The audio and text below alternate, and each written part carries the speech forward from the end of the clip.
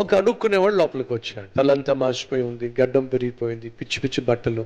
అది చూసిన మేనేజర్కి కోపం వచ్చింది.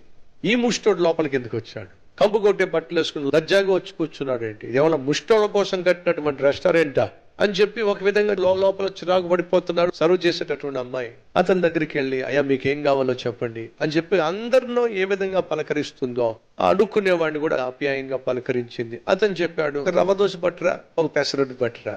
గబగబా లోపలికి వెళ్ళింది, చక్కగా తీసుకొచ్చి అతనికి పెడుతుంది. మేనేజర్కి ఒళ్ళు మడిపోతా ఉంది. ఆ సర్వ్ చేసే అమ్మాయిని పిలిచాడు మేనేజర్. బుద్ధుందా నీకేమైనా? ఏరుకోరి పెడతావేంటి అక్కడ? వాడు ముష్టోడు, వాడెప్పుడు బిల్లు కట్టాలి? మన రెస్టారెంట్లోకి ఎవరు వచ్చినా సరే ధనవంతుడు పేదవాడనే తేడా లేకుండా అందరినీ సమానంగా చూడాలి కదండి. అతను ముష్టతనే కావచ్చు, కానీ అన్నంత మాత్రాన ముష్టి వాళ్ళకి ఇక్కడ ప్రవేశం లేదని బోర్డే మనం పెట్టలేదు కదా. అతడు పేదవాడైనప్పటికీ వచ్చి ఆకలితో వచ్చాడు, ఆర్డర్ పెడుతున్నాడు. సర్వ్ చేయాల్సిన బాధ్యత మనకుంది, సర్వ్ చేయాల్సిన బాధ్యత నాకుందని నాకు చెప్తున్నావు. కానీ వాడు బిల్లు కట్టకపోతే, ఒకవేళ అతను కానీ బిల్లు కట్టకుండా చెక్ వేసాడంటే మాత్రం నువ్వు కట్టాల్సి వస్తుంది, జాగ్రత్త, ముందు చెప్తున్నా. మరొక ఆర్డర్ తీసుకుందామని వెళ్ళింది, అన్నంత పని జరిగింది. బిల్లు తెచ్చే లోపల ముష్టోడు చెక్ వేసాడు.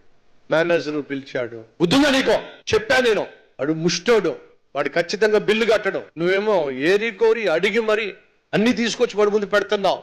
చూడేమైందో, బిల్లు కట్టుకుని పోయాడు, ఇప్పుడు నువ్వే కట్టాలి, అర్థమైందా? పాపంకేమీ అర్థం కాల.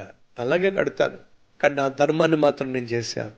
వచ్చినటువంటి వారిని పేదవాడని ధనవంతుడని తారతమ్య భేదం లేకుండా ధర్మం చేశాను. కొన్నిసార్లు మంచి చేస్తే కీడు ఎదురు కావచ్చు. నా జీవితంలో అతనికి అయినటువంటి ఆ బిల్లు కట్ చేసుకోండి, వెళ్ళి క్లీన్ చేయి, ప్లేట్లు క్లీన్ చేయి. అలాగే సార్ ఆ ప్లేట్లు క్లీన్ చేస్తూ ఉంది. ఒక ప్లేట్ తీసేసరికి ఆ ప్లేట్ కింద ఒక చిన్న స్లిప్ ఉంది. ఏముందో తెలుసా? అమ్మా, అద్భుతంగా పలకరించావు, ఆత్మీయంగా పలకరించావు, ఆకలితో వచ్చిన నాకు కడుపు నిండా తినిపెట్టావు.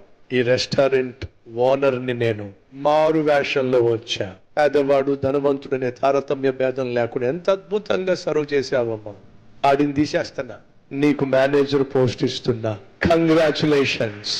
నువ్వు చేసే పని ఇళ్లలో పనిచేయడం కావచ్చు, ఆఫీస్ బాయ్ కావచ్చు, లిఫ్ట్ లో కూర్చునేవాడు కావచ్చు, సెక్యూరిటీ గార్డ్ కావచ్చు, ఇస్త్రీ చేయొచ్చు, ఏ చిన్న చితక ఉద్యోగం కావచ్చు, ఎంత పెద్ద ఉద్యోగం అయినా కావచ్చు. బైబిల్లో ఏముందంటే, మీరు మాట చేత కావచ్చు, క్రియ చేత కావచ్చు, ఏది చేసినానో ప్రభువుకు చేస్తున్నట్టుగానే మీరు చెయ్యండి. ఆ రోజు యజమాని వచ్చి కూర్చున్నాడు. ఎందుకు వచ్చాడో తెలుసా యజమాని? ఎవరైతే నమ్మకంగా ఈ రెస్టారెంట్ లో కష్టపడుతున్నారో వారిని ఉన్నత స్థితికి తీసుకుని వెళ్ళాలి. ఏదో ఒక రోజు నీ జీవితంలో కూడా నా ప్రభువు తారసపడతాడు.